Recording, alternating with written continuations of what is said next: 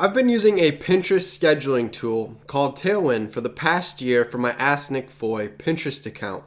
And today I'm going to share with you a new pinning strategy that I'm going to start doing, and it's not going to involve using this scheduling tool. It's actually going to involve manual pinning.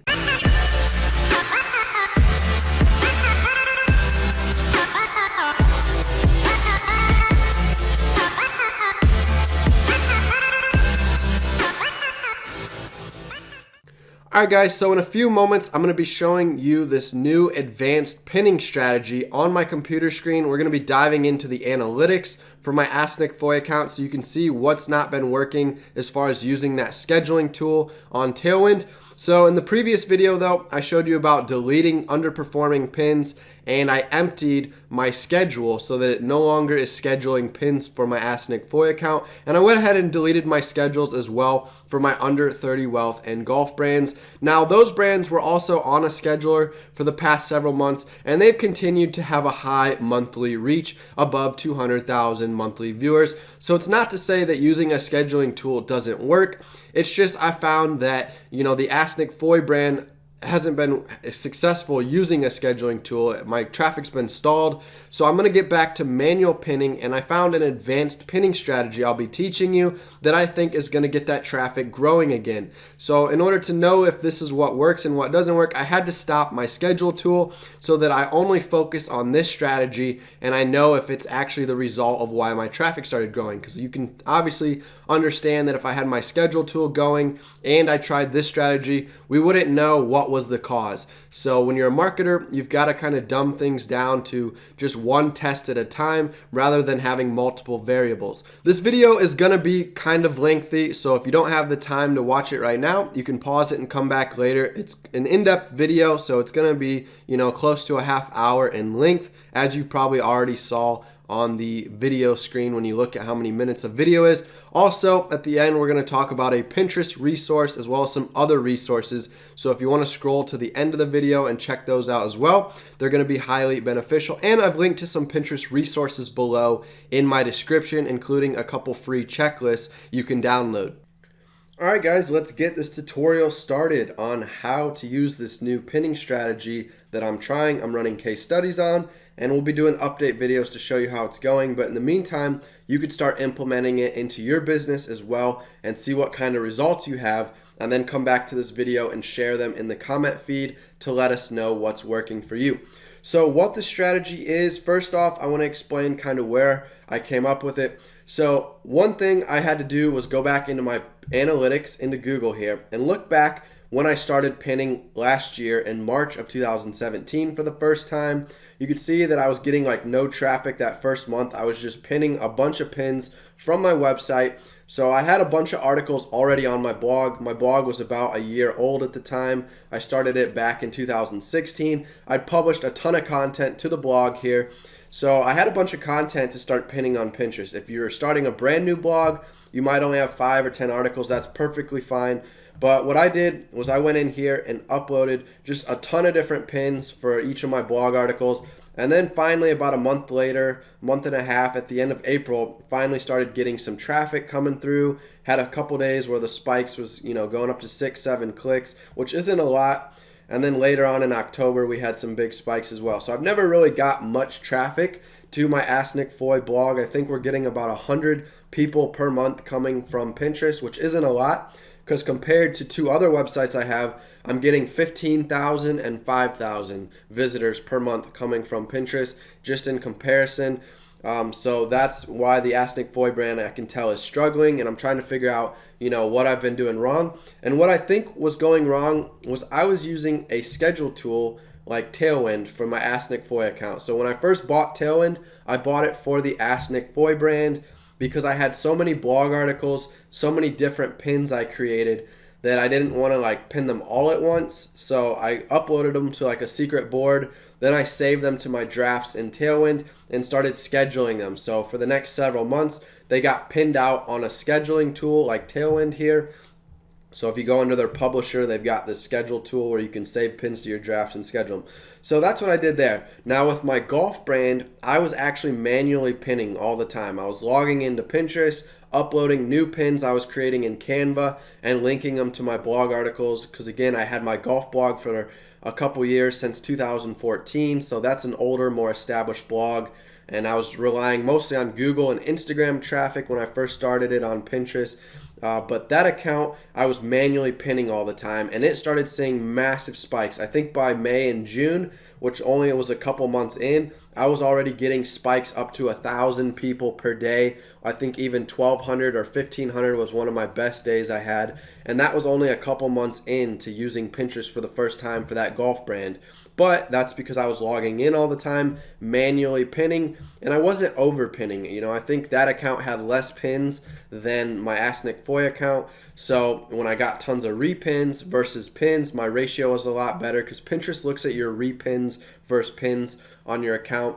So since I had less pins on my golf brand and more repins on that made the virality score, which is something you can check out in Tailwind under Insights, under Profile Performance. It'll track how many pins you've got. So this account has 1196 and it's got 7,500 repins. This is my golf brand, by the way, that we're looking at, just for example. So the virality score here is 6.3. But if I go in here to my Ask Nick Foy account, you can see that we've got 3,000 pins and only 2,000 repins. So the ratio is a lot different. It's a 0.7 instead of a 6.8 or whatever the golf one was. So that's why this one, my repin to pin ratio is struggling, and I think that's partly why my account is struggling, because Pinterest sees my golf profile as an authoritative, powerful domain that gets lots of repins. So anytime I upload a new pin, Pinterest is more likely to show that account because I get lots of repins on average. But my Nick Foy account, it doesn't get so many repins to pins, so it's not looked upon as favorably, so it makes it harder for my pins to get out there on Pinterest. So that's a few things I've noticed, that the more repins to pins you have, the better your ratio is. That helps. But I also think that using the scheduling tool really messed me up, because I think Pinterest rewards you for getting on manually pinning to Pinterest. So I noticed that's what I did with my golf account and not what I did with the Ask Nick Foy account. So I'm trying to get back to that. I'm going to start manually pinning now on the Ask Nick Foy brand and see if we can start getting some bigger spikes in traffic. So that's what we're going to do with the manual pinning. Now, as far as the manual pinning strategy, I read different ebooks that I purchased from people. I took some different Pinterest courses. I also have my own Pinterest course, which we'll get to later. It's over here on my website. If you go to asknickfoy.com/courses, it's called Profitable Pinterest Traffic. It'll also be linked below in the description. So I made this course. It's a beginner course that teaches people how to set up their account, how to get your website verified, rich pins, all that. And then we also go into some basic pinning strategies, Pinterest SEO, keyword descriptions, all the things you need to know. But then to get more advanced, there's a Pinterest strategy that I learned from some different courses that I took. They all talked about the same strategy, and it's one that I've never really focused on, but I'm going to start. And so here you are, you're getting this strategy for free in this YouTube video, and I had to pay, a lot of money for these Pinterest courses. So I'm exposing this strategy out in the public for free for you guys. So you can thank me for saving you lots of money, and I'm just joking, but anyhow, let's get into it. So it's a manual pinning strategy. We're going to go into our analytics. So we have got a Pinterest business account.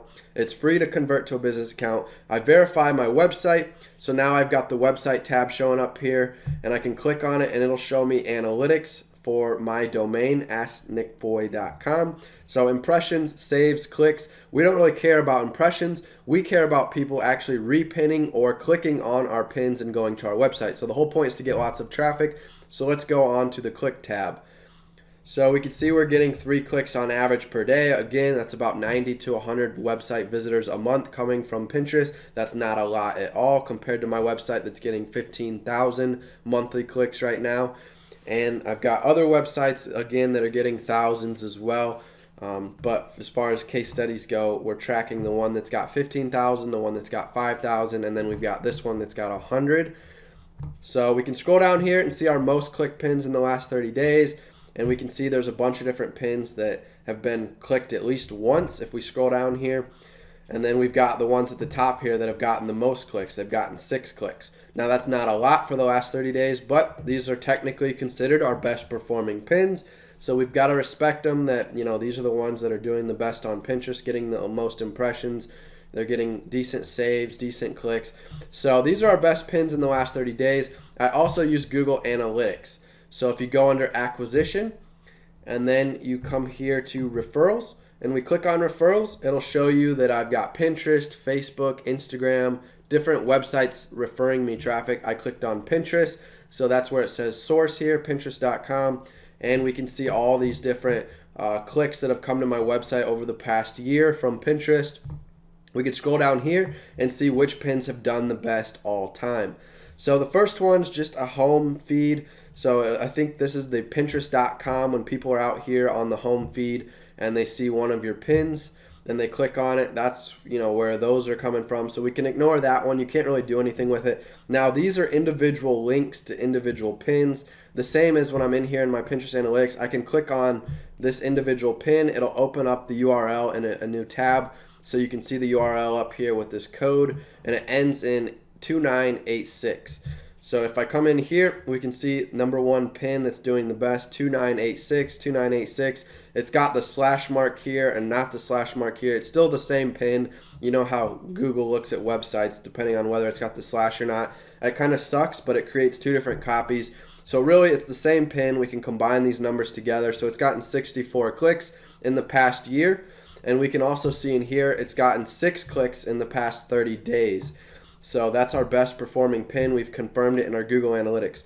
So what you're going to do is this pinning strategy, you're just pinning the best performing pins. So no longer am I going to be, randomly going onto my profile here, going into, random boards and just clicking on random pins and repinning them to new boards. Because that's what I was doing before. I would come in here to my AskNickFoy.com board. There'd be all these 207 pins in here that link out to different blog articles. And I would come in here and just start saving them to my drafts using this little tailwind icon. It would save it into my tailwind, and I'd start scheduling them. And I would schedule them out to all my other boards on my profile as well as all my group boards.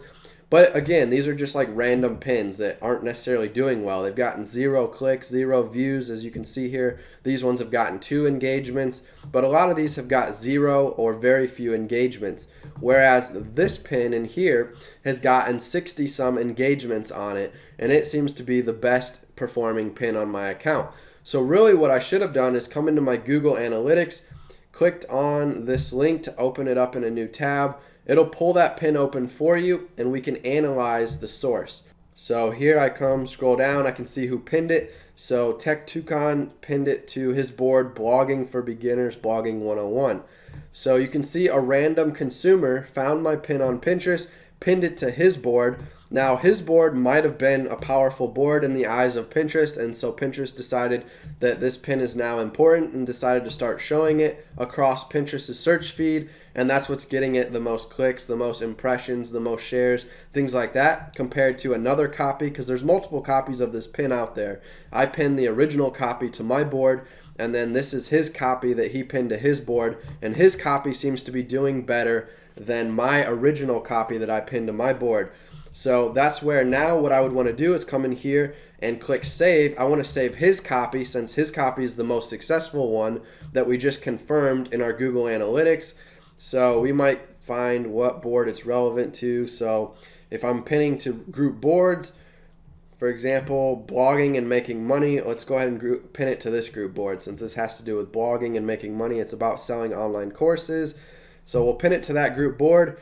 And now I just pinned a very successful pin. It's our most successful pin to that group board. So hopefully that group board starts, repinning it, and Pinterest decides to start showing it. That's what I'm going to be tracking in the future coming up. But basically the point here, to simplify things down again, instead of repinning that, because I could have went and found that version of that pin, how to create and sell online courses from my blog board here. And once I find it, if I was to scroll for a long time, I'd eventually find it, for example, and I'd look at the engagement, and it might only have, 5 as the engagement score. And when we open it up, it'll show clicks, saves, close-ups, because the total score is going to say 5, but we might see that it had like 4 close-ups, 1 click, no saves. That might have made up the 5 for the engagement. So that's a really crappy, engagement on that pin. Whereas now I went and saved a different version of that pin that actually was getting lots of engagement, lots of clicks. That seems to be what Pinterest is looking for. Is it's looking for you to pin things that are already high quality in their eyes, that are already established. So this new pinning strategy, I'm just going to be going through here each day. Kind of what I'm going to do is copy all these URLs to like a spreadsheet, and that way I can keep track of what I've already pinned. So I've got lots of different boards back here on my account. If we scroll out here, you know, most accounts probably have anywhere from 10 to 50 boards. So we'll go in here to boards. I think I've got about 15 boards here. So some of them are group boards, some of them are personal boards on my account. So what I'm going to do is create a spreadsheet where I'm going to make 15 different columns for these 15 different boards. So let's go ahead and do that right now. Let's go ahead and open up Google Sheets so I can show you guys this step-by-step process. And again, I've been mentioning this in past videos. These videos right now, since these are case study videos, they are a lot longer in time length. So this is probably going to end up being one of those 30-minute videos, but it's a detailed, you know, step-by-step pinning strategy that you guys would have to pay, you know, a lot of money to a course to find this out. You know, that's where I found it. I found this strategy 2 or 3 different times throughout different ebooks and courses. So it looks like people, whoever figured it out, other people found out about it and then they made courses about it. So now it's kind of out there, but it's kind of hidden at the same time because it's, I only found out about it recently just by, you know, paying for courses and ebooks. All right, so what we're going to do is we're just going to create 15 different columns. So I would go through here and look up the titles of each of my boards, and I'd start typing them in here. So the AskNickFoy.com board, the top resources for bloggers board. Let's see, we've got the Nick Foy TV YouTube board. That's all my YouTube pins to my YouTube videos, so that hopefully eventually those take off and I can drive some traffic to YouTube from Pinterest. That's something I'm experimenting with. So I'd go through here, you get the point. I'd create 15 different boards across here. Now what I would do is I'd copy all these URLs. You don't have to copy all of them. Maybe you want to copy like the top 25 or the top 50 pins. Obviously my top 25 would probably be the cutoff because, I mean, these have only gotten 3 clicks in the past year, which is terrible. But for more established accounts that have better analytics than this, like if I was to go into my golf account, you know, I might get down here to pin number 25 and it might have, you know, 2,000 clicks. So I might keep going down to like number 50 where it eventually gets down to like 100 clicks in the past year. So at that point I copy all those URLs. So like I might copy all 25. You can go up here to the export tab and you can export it to an Excel sheet. And then I can go ahead and copy. I don't know that it's going to be easy to copy this table direct from Google Analytics, so I might export it first. I'll copy it, I'll paste them in here. So now you've got a list of 25 best performing pins, and then we've got our 15 boards running across the top here. So what I'll do is anytime I pin it to one of these boards, this particular pin, so let's say it was our best performing pin in here that we just looked at, that 2986 pin that links out to my how to sell online courses that got, you know, 39 clicks. So that would be my number 1 pin that I'd post in here. So let's say today I just repinned it to that board that I repinned it. What board was that? A little bit ago. We just repinned it to a group board, the Making Money blogging board. So what I would do is I'd scroll down here and I'd find that Making Money blog board, for example. So since I just pinned, wrong column. This is where the pin would go. So we'll type in the 2986. So let's say that's the successful pin, and we just pinned it to the Money Making blog board. So what I would do is, since today's date is April 23rd, then we're going to type that in here. So we would type in April 23rd so that I know this pin got pinned to this board on April 23rd. Now I could come back tomorrow and let's say I want to pin this pin again to one of my other boards. So I might come in here, you know, to the next group board. So we'll call this group board number 2. And I might type it in, you know, April 24th once I repin it to that group board tomorrow. That way I can keep track of how often I've been pinning this pin and what boards I've been pinning to. So for example, today, since I've already pinned to this board, Make Money blogging board, and I did this pin, then one of my other pins I might pin to a different board rather than repin a bunch of these all to the same board, because you don't want to spam one group board. Usually they limit you to like 2 or 3 pins per day. So I might pin a couple of my best pins to that board today, and then tomorrow I'll come back and pin those 2 top pins to a different board, and I'll keep repeating this. Or what you can do is you can kind of go down the list and, you know, you can just pin, you know, this one once today, and then tomorrow I could pin a new pin and a new pin, and maybe 8 days, 9 days later I come back and pin this one again. or you could pin it every day. You could test different frequencies out and see what works, but the point is to try to just pin the best pins instead of, going way down the list here, and we might find that same pin, but it's only got one click. That's a low quality pin. I might consider deleting that pin and instead of pinning it. So that's the new pinning strategy. Again, I'll try to keep this video as short as possible, but I think you get the point here. Basically, what we're doing is we're just trying to find the most high quality pins to pin to our profile, and we want to get away from pinning low quality pins. So when you upload a new fresh pin, that's something you got to do. So let's say you write a new blog post today, then yeah, you want to come in here and upload a new pin for that new blog post. But we're talking about if I was going to come in here and upload a new fresh pin for that how to sell online courses, well, I've already got pins on Pinterest for that article, so there's no real reason to upload a new pin unless I wanted to split test a brand new image. Maybe I created a new type of image for it. But instead of going in and repinning old versions of it that weren't doing well, we want to go in and repin the best version of that article to our boards. And then we just keep repeating that process each day. I'd go into that guy's board where he pinned it, and I'd keep pinning that version of it to my different group boards. That way I'm pinning the best high quality pin possible and not repinning one of the low ones.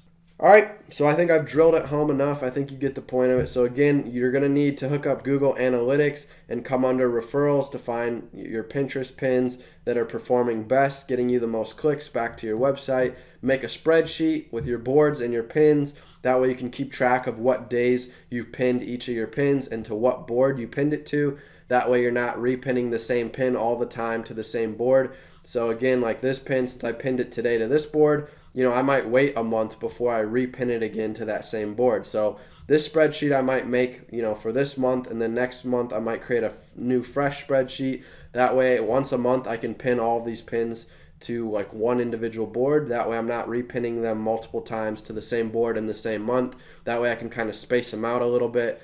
But overall, try out this manual pinning strategy, see how it works for you.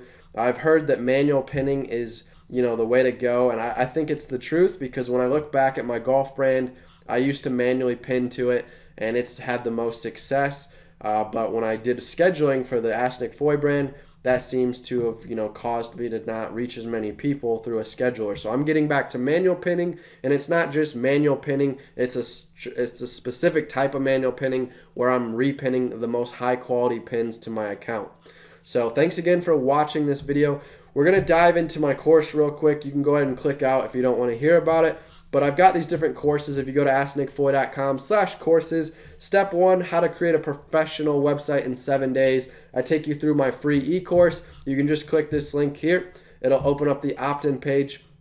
It is an email course, so you just enter your name, your email address, click start the course. You can learn how to start a blog in 7 days if you do not have one. Most of you, I assume, already have a blog and you're already trying to use Pinterest to grow your blog traffic. So you're all ready for step 2, traffic growth, where I teach you about using Pinterest to get traffic growth. So I made an in-depth course, which you can click this button here. It'll take you over to Teachable, which is the platform I host my courses that I've had all of my students basically enroll in the courses. I used to host them on my website, but I think students like being on like an actual platform like this better, that's got video modules.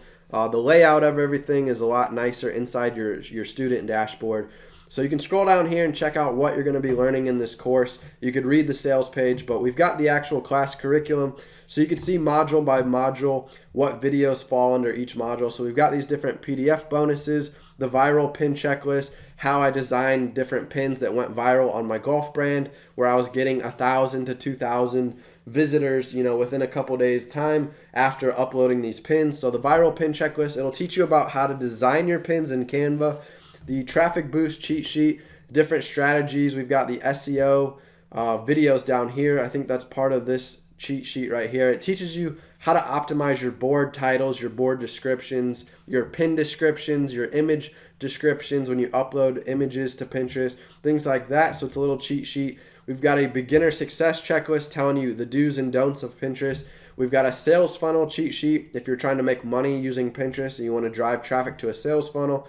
And then we've got all the basics in module number 1, what's a pin, what's a Pinterest board, the Pinterest search, how that works, Pinterest layouts, setting up your business account, rich pins, converting to a business account. We've got a section all about creating viral content, how to automate your Pinterest traffic, which again, this is a strategy using a tailwind. Now, it's not to say that you can't use a scheduler, because there's going to be days you can't log into Pinterest, that you don't have time to pin. So a scheduler still could work for you, where you could have maybe 1 or 2 pins per day scheduled, but then you should still log in, and the majority of your pins should be manual. I think Pinterest doesn't care if you use a scheduler. I just think they give more favor to people who manually pin. So if you do a combination of both, you should be okay. They're not going to penalize you for using a scheduler. I'm just saying I think I had better results manually pinning. So you should always upload manual pins, but if there's days that you're going to be busy and you can't get to Pinterest, you could have a scheduler as kind of like a backup to keep pinning content out for you. We also go over Pinterest SEO again, different strategies to optimize your pins for Pinterest. Like I just mentioned, the board titles, board descriptions, pin titles, pin descriptions, your profile, things like that. We get a little bit into how to promote pins, how to use group boards, affiliate marketing if you're trying to be an affiliate marketer on Pinterest, or if you want to sell your own products on Pinterest. That's kind of where we talk about the sales funnel process, getting them onto an email list and eventually marketing your products to them through email. But you drive Pinterest traffic to that landing page to get them on your email list.